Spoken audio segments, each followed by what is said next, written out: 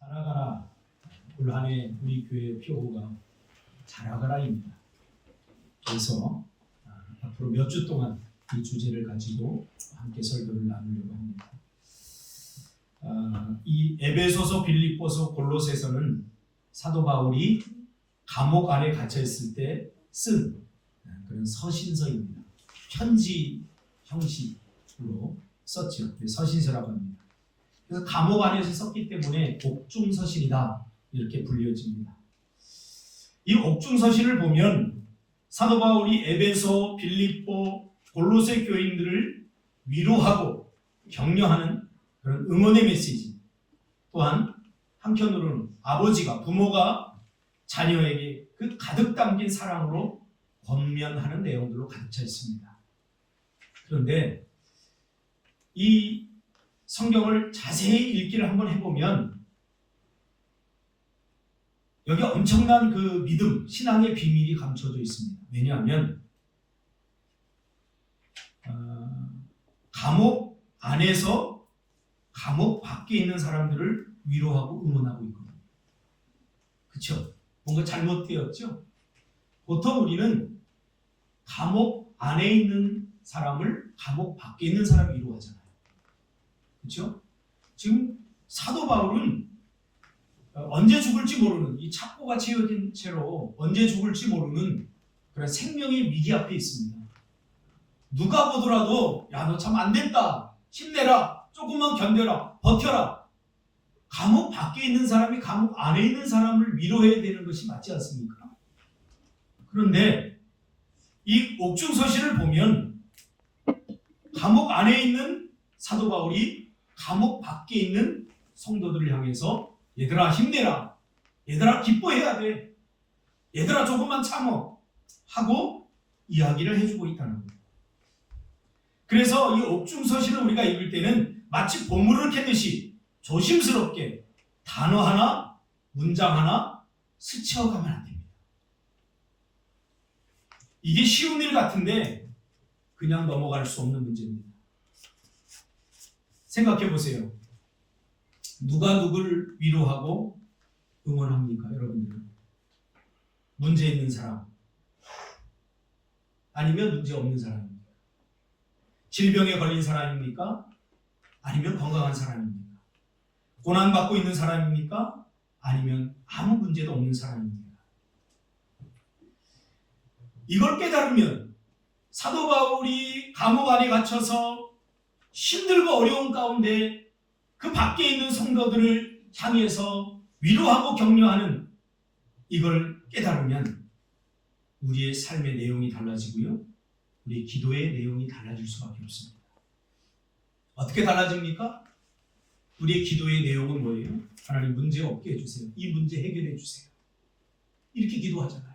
건강하게 해주세요. 사도 바울의 이 심정을 우리가 심정 속으로 들어가면 우리의 삶의 내용이 달라질 수밖에 없습니다. 이 에베소서는 교회론을 다루고 있는데요, 여기서부터 풀어야 됩니다. 감옥 안에 갇혀 내일 어떻게 될지 모를 상황에 직면해 있는 이 사도 바울이 그렇지 않은 상황에 있는 사람들에게 위로하고 격려하고 있습니다. 마치 옥중서신을 읽어보면 감옥 안에 갇혀 있는 부모가 감옥 밖에 있는 자녀에게 구구절절 염려와 걱정으로 이야기하는 것 같습니다. 저는 청소년 사역을 하면서 엄마가 혹은 아빠가 감옥에 들어가면서 아이들만 남겨진 그런 가정을 봤어요. 저 면회를 갔더니 부모가 그 안에 갇혀 있으면서 이 경제적인 문제로 갇히게 됐는데 아이들 걱정이에요. 무슨 이야기인지 알겠죠? 문제가 없어서가 아닙니다. 힘들지 않아서가 아닙니다. 그러면 이게 가능해지려면 어떻게 됩니까? 감옥에 갇혀서도 감옥 밖에 있는 사람들을 오히려 염려하고 걱정하고 응원할 수 있는 이 수준의 사람이 되려면 성숙해야 됩니다. 부모의 사랑을 가져야 되고 부모의 그 사랑의 DNA가 있어야 됩니다. 하나님의 사랑이 가장 자연스럽게 머물러 있는 것이 부모의 사랑 아닙니까? 부모의 사랑, 자식을 향한 부모의 사랑은 가르쳐주지 않아도 자연적으로 나오게 됐습니다. 이게 일반 은혜 안에서 하나님께서 그렇게 작동하도록 만들어 놓으셨어요. 특별한 경우가 아닌 이상 부모는 자녀를 위해서 무조건적으로 희생하고 헌신하게 되어 있습니다. 성숙한 사람만이 미숙한 사람들을 위로할 수 있는, 내 상황이 어떻든지 간에. 오성훈 집사님 오늘 안 나오셨는데요, A형 독감에 걸리셨어요. 코로나보다 더 지독하다고요. 그런데 집사님만 걸린 게 아니라 은찬이도 걸렸어요. 근데 지금 이제 은담이까지 걸리고 은유리까지 안 갔으면 좋겠어. 똑같이 감기 걸리면 아빠는 덜 아프고 자녀는 좀 뭐 더 많이 아프고 그런 게 아니에요. 똑같이 아파요. 그런데 똑같이 아픈데 누가 누굴 걱정하는 줄 아십니까? 부모가 자녀를 걱정해요. 우리 식구도 코로나에 걸려봤잖아요. 코로나에 걸리니까 죽겠더라고요. 저는 감기에 좀 약한 편이거든요. 문 집사님 환영합니다. 힘드셨죠? 이게 녹록지 않습니다. 막 죽겠는 거예요. 특히 저는 감기에 약해요. 그런데 저 두 아이가 하면서 죽어가는 표정을 지으니까 나는 아플 사이도 없더라고요. 괜찮니? 물을 떠다 주고 뭐 먹어야 되지 않겠어? 하더라고요. 똑같은 감기에 걸려도 아빠는 잠을 이룰 수 없습니다. 아프지 않아서가 아닙니다. 자신의 아픔을 통해서 자녀의 아픔을 더 깊고 안타깝게 바라보는 사랑이 있기 때문입니다. 아마 은미양 집사님도 마찬가지였을 겁니다. 본인이 힘들어도 이니가 아파 누워 있으니까 본인 아픈 것은 두 번째가 되었을 것입니다. 심지어 부모는 자신이 병에 걸리면 자신의 아픔보다 멀쩡한 자식 걱정을 합니다. 이해할 수 없지요. 이 이해할 수 없는 상황을 무엇이 만드는 줄 아십니까? 사랑이 만듭니다. 사랑이 만듭니다.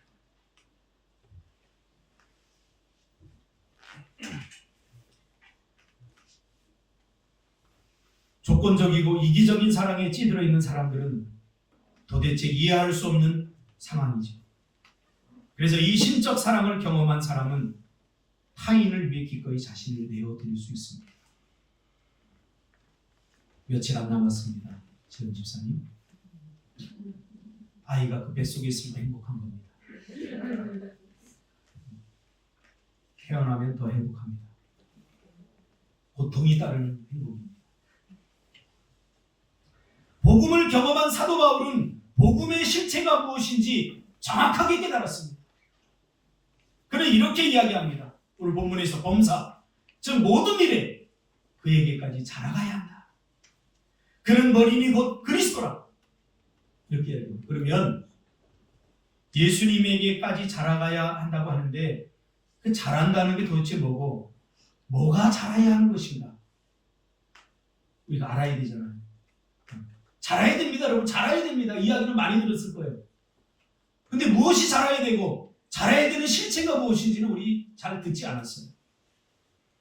왜? 성경을 자세히 읽지 않으니까 그런 거예요. 사도 바울은 구원받는 일을 생명을 얻는 일이라고 말합니다. 그렇죠? 요한일서 5장 11절 13절 암송해 볼까요? 시작. 그래서 다시 롤링이 되어야 됩니다. 시작. 또 증거는 이것이니 하나님이 우리에게 영생을 주신 것과 이 생명이 그의 아들 안에 있는 그것이니라. 아들이 있는 자에게는 생명이 있고 하나님의 아들이 없는 자에게는 생명이 없느니라. 그렇죠? 구원받는다는 것은 생명을 얻었다는 이야기입니다.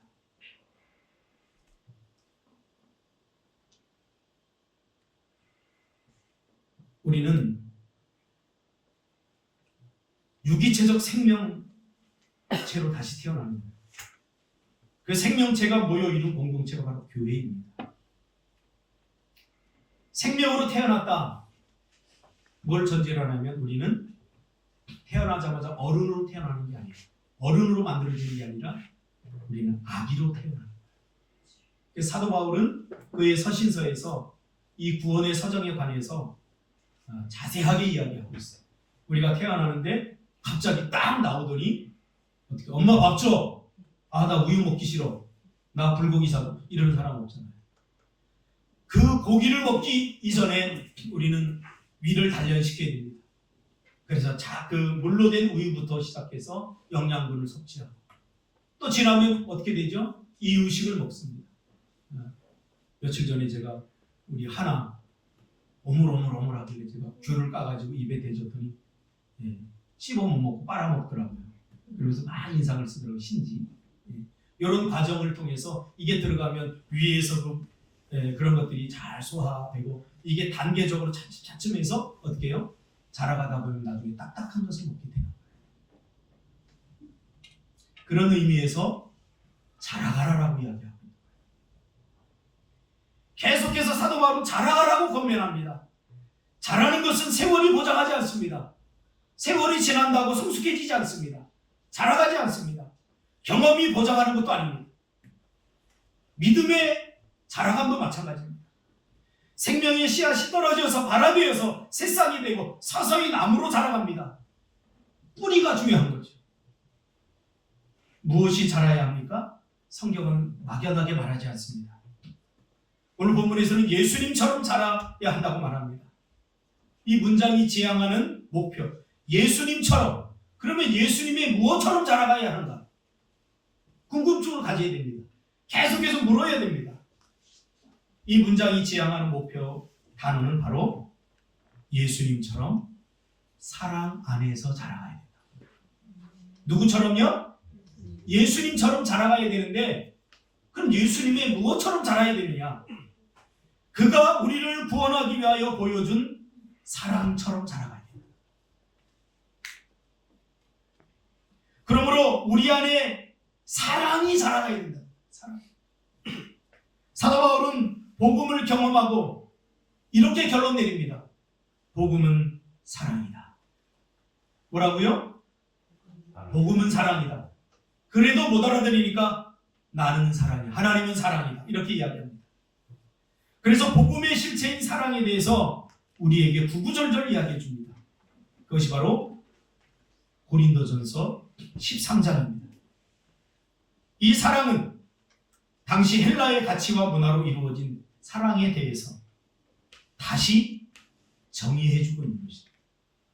그래서 고린도전서 13장의 사랑은 모두 예수님이 우리에게 보여주신 사랑에 대한 이야기입니다. 그래서 고린도전서 13장 사랑 이야기는 예수님 이야기입니다. 특별히 예수님이 우리에게 보여준 사랑에 대한 이야기입니다. 어디까지 자라가야 돼요? 예수님이 우리를 사랑한 것처럼 우리도 그 수준에까지 자라가라. 그것이 오늘 본문의 말씀입니다. 사랑이 자라가야 돼요. 다음 주부터는 이 우리가 자라가야 하는 사랑에 대해서 함께 살펴보려고 합니다. 제가 어제 안수기도 하라고 목이 아파서 더 이상 못하겠어요. 무엇에 자라가야 됩니까? 사랑에. 오늘날 문제가 뭐예요? 사랑에 성숙해지지 않음의 문제입니다. 두 부류의 성도가 있는 것 같아요. 제가 목회를 해보니까. 겉으로는 잘 드러나지 않지만 율법주의적인 성도가 있어요. 하나님의 말씀을 법으로 이해하는 성도. 또 한 부류는 하나님의 말씀을 은혜로 이해하는 성도가 있어요. 엄청난 차이를 일으킵니다. 제가 요즘 새벽마다 계속해서 강조하고 강의하는 부분입니다. 하나님의 말씀, 특별히 신명기를 보면 언약갱신이 나옵니다. 하나님께서 1세대 성도들이 불신하자 그들이 가나안 땅에 들어가지 못하게 합니다. 그리고 가나안 땅에 들어가는 세대는 2세대입니다. 처음 맺었던 언약이 당사자였던 1세대가 죽으니까 어떻게 돼요? 2세대에게 다시 언약을 세워야죠.